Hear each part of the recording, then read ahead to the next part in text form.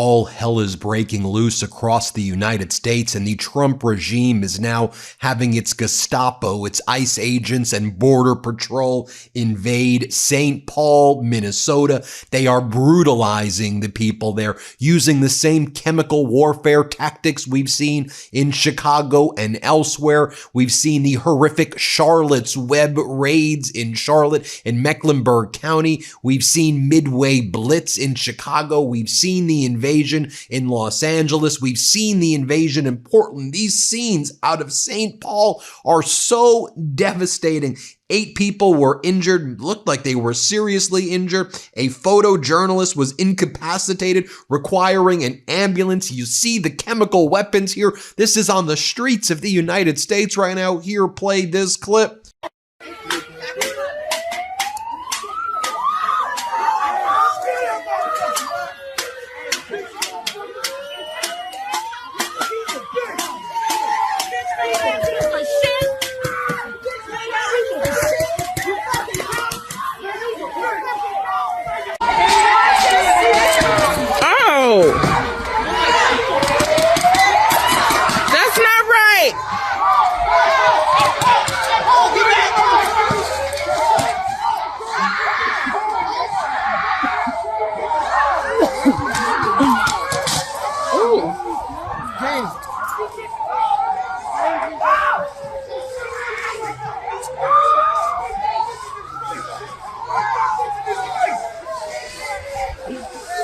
Oh my God. That's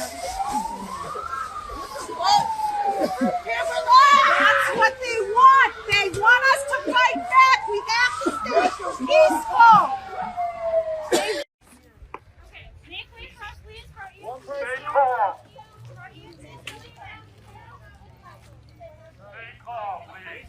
And again, we're seeing this across the country as well. Here, for example, we see a 17-year-old U.S. citizen saying, "I'm a U.S. citizen. What are you doing?" As ICE smashes through the windows and says, "We don't care what you are." Play this clip. Get out, I'm a U.S. citizen. I'm a U.S. citizen. Okay, you're a U.S. citizen.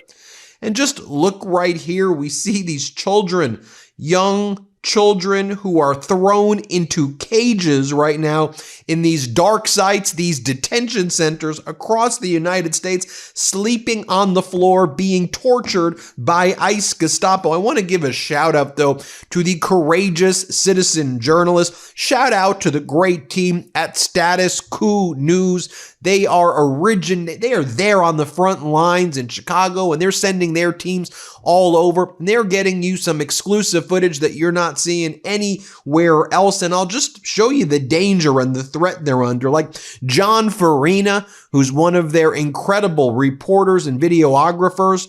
Watch what happens. This is where he is getting approached by Border Patrol, threatening to arrest him in Charlotte. Play this clip.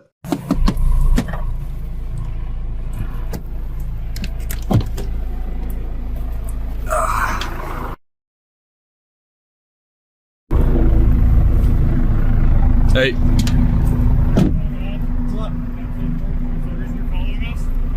Nope, we're just driving around. Are you both press?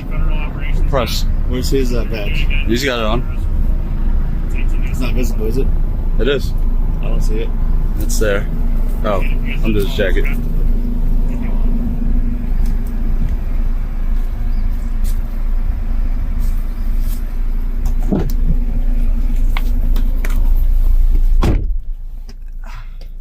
So he says he'll be arrested for following him? Following? That's what he said. Some other stories that are important to share with you so you see what's going on right here. ICE detaining a breastfeeding mother, literally ripping a 6-month baby out of her arms. Let's play this clip. This was so tragic. Let's play it. My daughter messaged me. Now, she lives in San Diego with her husband and her 6-month-old baby. She has been going through the immigration process. You know, her husband's from America. She's been going through it. She's got right to the end of it. She had her immigration appointment yesterday. I got a message from her saying, "Mum, ICE are going to detain me. Katie overstayed. It's been 2 routes to get your residency, okay? She's married to Stephen. She's got a baby. Her baby's not even 6 months old. She's followed this route. She's got right to the end of it. She had her meeting yesterday at the immigration offices. They literally signed it off. It just needs to go in front of a judge. When she came out of the meeting, they detained her. They arrested her in front of her husband and her baby. Stephen's in pieces. He rang his mum. He couldn't even tell her. She couldn't understand what he was saying, but he said they've taken Katie. I understand that she was easy pickings, but apparently all these new stricter rules, 41 people were arrested yesterday. When Katie was detained, there was 5 people at the same time detained, 5 people ripped away from their families. Literally, nobody can get to see her. She's locked up like a criminal. This is my little girl. She's 33 years old. You detained my little girl in front of her husband and her baby, and you have locked her up, and I am raging at the injustice of it because she's done everything right. Or how about this right here? ICE deporting a Maryland mother, and then they drag her back to her Civil War torn country where it's likely she will be killed. That we knew that. That's why they were seeking asylum here. And they just basically sent her off to death. How many people has ICE sent off to basically be killed? We'll never know the number, but I think it's in the thousands. Here, play this clip. Is making international news because of this video we're going to show you. It shows her being dragged last week by people who appear to be officials in Ghana. Hey,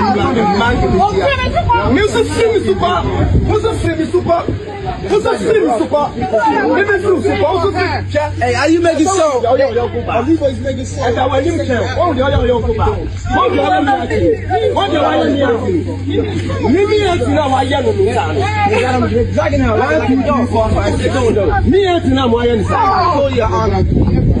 Me hell a couple our yari me hell I see the bus. Look at the way they are dragging the woman.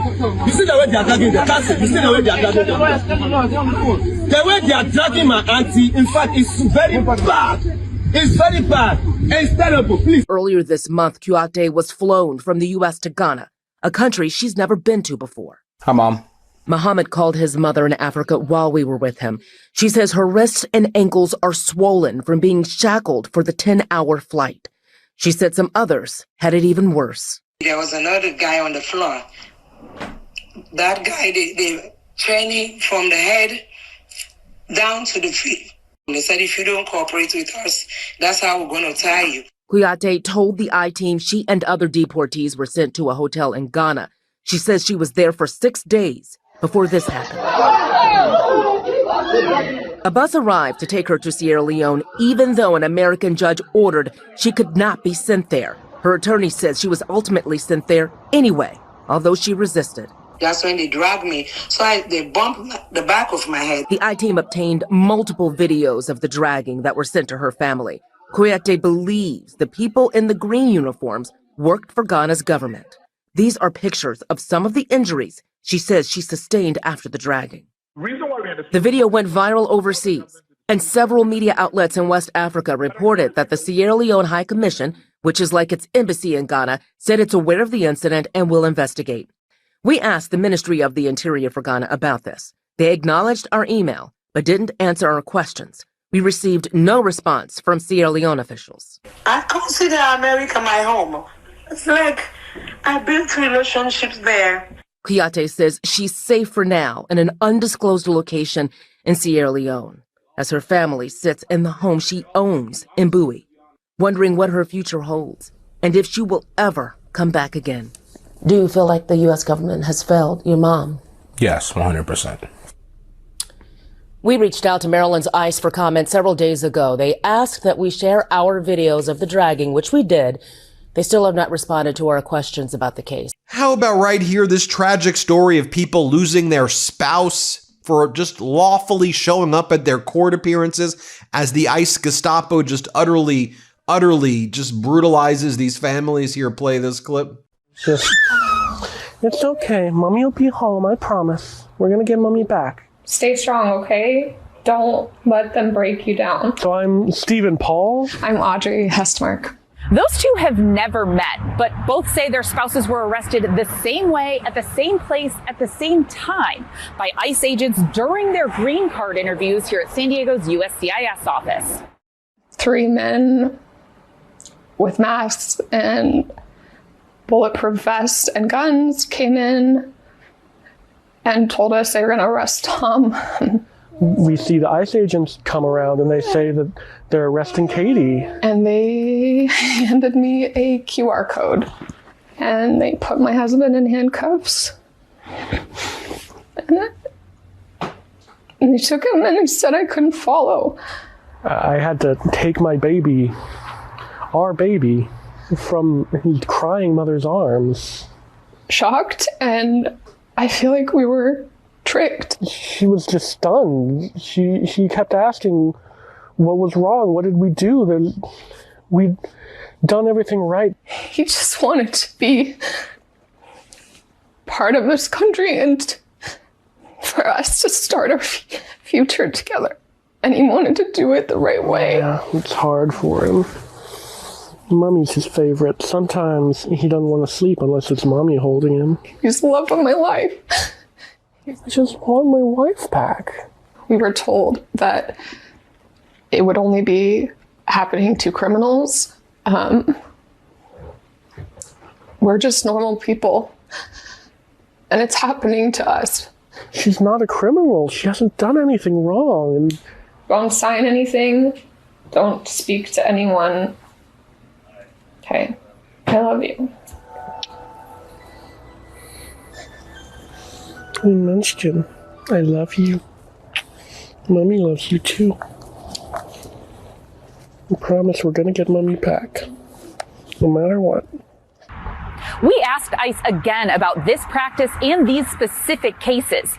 They gave us a statement they sent us a few days ago saying essentially anyone who's out of legal status could face arrest, detention, and removal. Now I want to bring in one of those journalists who's been embedded on the ground and who's been doing such an incredible job. JT Cestowski from Status Coup News. JT, great to see, and lots of our MeidasTouch followers know we've been partnering with Status Coup News to bring people a lot of the footage that they're really not getting anywhere else. I mean, you are embedded in the peaceful protests. You're embedded by the detention centers, at the court hearings, in the communities where the action is. JT's there in Chicago. Your team at Status Coup is all over the country, but you've been bringing us a lot of that footage, you know, that no one else is getting anywhere else. So would love to get your perspective really on what you're doing, what you're seeing, how this differs from your prior assignments as a reporter, because in many ways, when I report on this, you know, the way I report these videos is all hell is breaking loose, because it is. And in many ways, you're less of an immigration reporter and more of like a wartime reporter on the front lines of a battlefield, it seems, JT. Yeah, absolutely. This is pretty unprecedented. Ben, thank you for having us on to be able to showcase our reporting to your audience. YouTube doesn't do a very good job of rewarding journalism, on the ground reporting the way we do. So really appreciate being given this platform to be able to talk about what we do and what we're seeing out there in cities like Chicago, Portland, most recently Charlotte, and give a little bit of a preview as to what might be soon in store for the city of New Orleans. You're exactly right when you say that it is like a war zone. You asked me to compare it to what it's been like, you know, vis-a-vis other stories that I have covered. And it really is unprecedented. You go on the ground in these communities and you see these roving band of usually Border Patrol agents going through neighborhoods, stopping seemingly at random, grabbing people off of the street and disappearing them into an opaque immigration system. I think so many people have probably seen some of these truly harrowing scenes that we have seen on social media in videos play out time and time again, where a parent or a child is ripped away from their screaming family members or from their communities in these very public displays that are captured on video. But something else to really consider here is how many of these interactions are actually not captured on camera. That's something that's really stuck with me, is when I'm hanging out, reporting outside of places like the Broadview, Illinois ICE detention facility, I see families just wander up looking totally lost because they may have had a loved one who went out, just to run to the store to get something for dinner real quick, and then they never came home. And their loved ones might try calling them, get no answer, try calling other family members, don't know where they are, work colleagues don't know where they are, friends don't know where they are. And the only thing that they're left to do is to go to a public black site like what exists in Broadview, Illinois, and these ICE detention facilities that are across the country, wander up and try to get answers as if their loved one is inside, because we've heard time and again from families who say, my loved one has cancer or has some other kind of health condition. There's medications that they need to take, or they can't speak English. How are they going to get accurate legal representation if I'm not here to advocate for them? But they can't even begin that important care work or that important advocacy because they don't know what happened to their family members. There's been no story I have covered in my years as a journalist that even remotely compares to what is happening right now. They come up with these warlike names for their operations, Midway Blitz, Charlotte's Web, whatever. They show up in the communities. They try to create the terror, the division. They use chemical weapons everywhere, whether it's by elementary schools.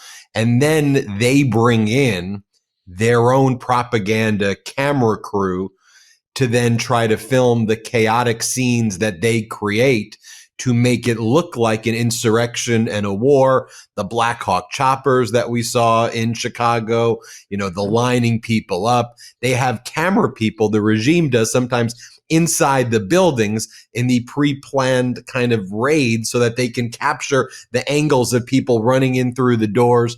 So you have this, they're creating this scene of anarchy and chaos to then say, this is why we need a further military invasion to take place. Then you have kind of corporate news who's out there just kind of taking the footage from the regime and then portraying it, which is why ultimately we need people like you. And it's why the MeidasTouch network works out deals and partnerships. And we try to figure out, how do we get the actual people who are there, who are not corporate news, who are embedded, who are doing the work, and who are capturing these real scenes, and who aren't afraid to be arrested, who aren't afraid to be shot at, who aren't afraid to be harmed. And that's kind of what you're doing. So in many ways, and maybe talk to that, which is why the corporate media has failed so much and why there's this lane that's being filled right now.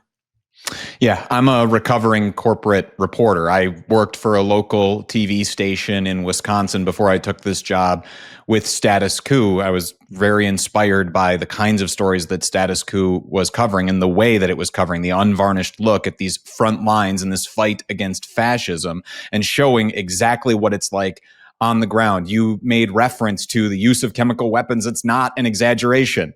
I've been tear gassed. I've been flashbanged by this administration. We've been shot with pepper balls by the Illinois State Police and Cook County Sheriff's Office in our coverage down in Chicago. This is real heavy stuff. People are being hurt. We saw one man was killed by ICE agents in Chicago. Another woman was shot 5 times and left her with 7 bullet holes by a immigration enforcement agent. So this is no joke, what is happening here on the ground. And yeah, a lot of times what you're seeing from the corporate press, what I've been so struck by in covering out there is, one, just on how many days when I'm outside of the Broadview, Illinois ICE detention facility or in one of these neighborhoods where ICE is scooping people up off of the streets, I turn and I look around and there's no other press there a lot of the time. And then on the days when there are other press there, a lot of times they are well down the block, staying far away from what is actually happening there in the thick of things, where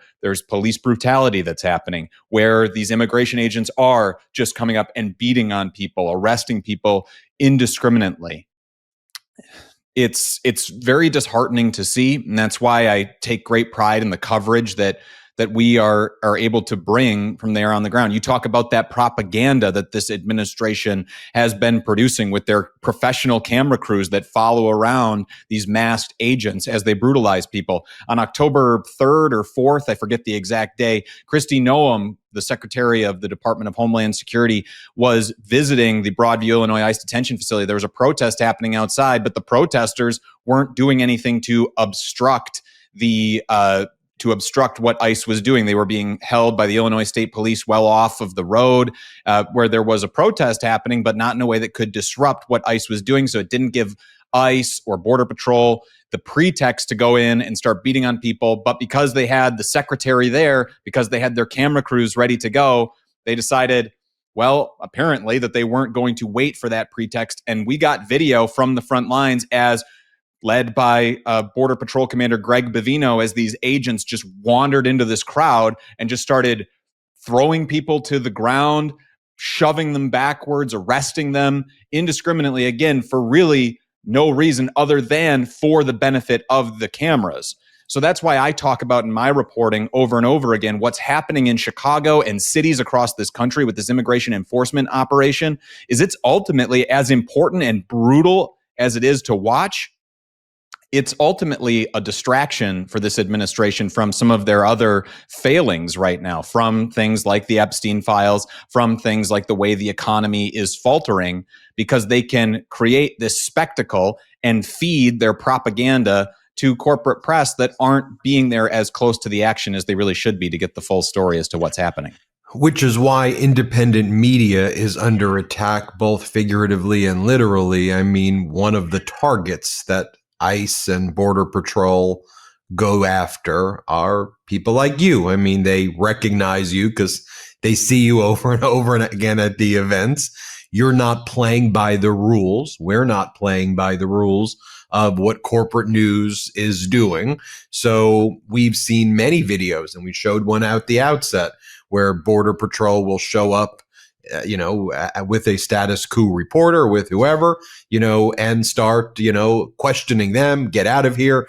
We're going to charge you with this. Mm-hmm. The threats are there. And then we've seen physical violence as well, being inflicted on reporters. And, the fact that in Chicago, there had to be a legal case filed requesting that a judge block ICE from shooting chemical weapons and non-lethal rounds, which can be lethal, by the way, indiscriminately at reporters. I mean, they'd show up to reporters and go pop, pop, pop, pop, pop, and just shoot you in the face. So can you talk to that experience over there? Yeah, I mean, it's when ICE goes in or Border Patrol goes in and tear gasses a neighborhood in Chicago, they're tear gassing everyone. So that whether that be the people who are there to protest them, kids, we did reporting on a parents and a baby that got tear gassed in one Chicago neighborhood just indiscriminately by ICE because they popped these tear gas canisters like they're party favors for them, or flashbang grenades, et cetera, et cetera. We've been directly tear gassed ourselves as part of that, just for covering it. And I'll note that the federal agents don't really seem to care who gets caught up in all of this. Not only is it the families and reporters that they seem to like to go after. We watched them in the Brighton Park neighborhood after they shot a woman, throw tear gas canisters and tear gas Chicago police along with everybody else. Chicago police who were there establishing a perimeter in which the federal agents could act out there in that community. So it doesn't matter. It doesn't matter. It all hurts. It all is threatening to people. I've been directly tear gassed once. My cameraman, John, was tear gassed twice. We had a flashbang go off near us. We've got shot directly with pepper balls. And you made that allusion to the threat of arrest. I think on your show just the other day, you played the clip from John Farina, who is our intrepid cameraman, when he was out in Charlotte, just following ICE agents to go and get the story, cover what they are doing, and just the act of trying to show people what they are actually doing in these operations was enough that Border Patrol pulled over, walked up to their vehicle, and threatened them with him and a fellow reporter with arrest for just doing that simple on-the-ground shoe leather journalism. just trying to hold the power to account is enough to apparently be threatened with arrest or with chemical munitions in this country now. JT, before we go, I just want to let you just speak to this audience of kind of 6 million subscribers out there, just about the work you do, about what you think we may see in New Orleans and throughout the country, because you've been embedded in this every single day. I mean, I sit here from my studio, which granted is in my home, and I report and I work with groups like yours and others, and I try to do it justice. But you're there, you're on the ground, you're getting tear gassed, you're getting shot at, you're experiencing it, and it's different when you're actually in it. And so, before we go, what message do you want to send to our subscribers about just what you're doing and about what they should be aware of that's not getting enough attention? Yeah, I would say that on the ground reporting is more important today, and supporting independent media today is more important than it has ever been. To be able to bring these scenes that get played on shows like this and others, and certainly on our own YouTube channel, which I would encourage people to check out, Status Coup, that doing that work is expensive. I was on the ground for nearly 2 months in Chicago. That's flights, that's gas, that's hotel rooms, that's food. We spent somewhere in the order of like $15,000 to be able to be there during that time to show what this administration is doing to Americans. It's expensive work. It's important work. So come over, be part of our audience as well. Watch the work that we're doing, support, share the stuff that we are doing, get truth out there, because there are so few truly independent outlets. We're not beholden to any advertisers whatsoever. We are only sustained by folks who give us a few dollars a month here and there when they are able to. And it makes us beholden only to our audience, only to the people. So if you can, become a supporter of ours, become a viewer of ours. As far as what might be in store for communities like New Orleans or wherever you happen to be watching or listening from right now, what I'll say is that this administration, although it likes to claim that it is going after the worst of the worst, and it puts out a ton of propaganda about how it is arresting criminals, from what I'm seeing on the ground, that is not the case. That is not the case even in the slightest. They are picking up people at laundromats. They are picking up people outside of schools. They are picking up people just trying to do their work based purely on the color of the skin, based purely on the community that they happen to be living in or the job that they happen to be doing. And it's truly random. These are masked agents who don't identify themselves anyway, jumping out of unmarked vehicles. And it really shakes your sense of safety and security to your core, which really goes against what this administration claimed it was doing, which was trying to address security concerns. JT, it was your reporting I saw a few months back, and then I started digging into the work of Status Coup in general. And then I reached out to Justin, who runs it. And I just said, just tell me whatever I can do at MeidasTouch to be helpful, because what you're doing right now, being embedded, is what we need more than ever. And if we're able to use this platform of 6 million subscribers, to shine a light, I told Jordan, I said, look, we are happy, to do our part and whatever we can. And so to you and Jordan and the whole team right there, we're grateful for you, JT, and thanks so much for all the work you do. Thank you so much, Ben. I appreciate it. And everybody, check out the Status Coup YouTube page and check out their Substack as well. They do great on both of those platforms. Thanks, JT. Thank you. Want to stay plugged in? Become a subscriber to our Substack at MeidasPlus.com. You'll get daily recaps from Ron Filipkowski, ad-free episodes of our podcast, and more exclusive content only available at MeidasPlus.com.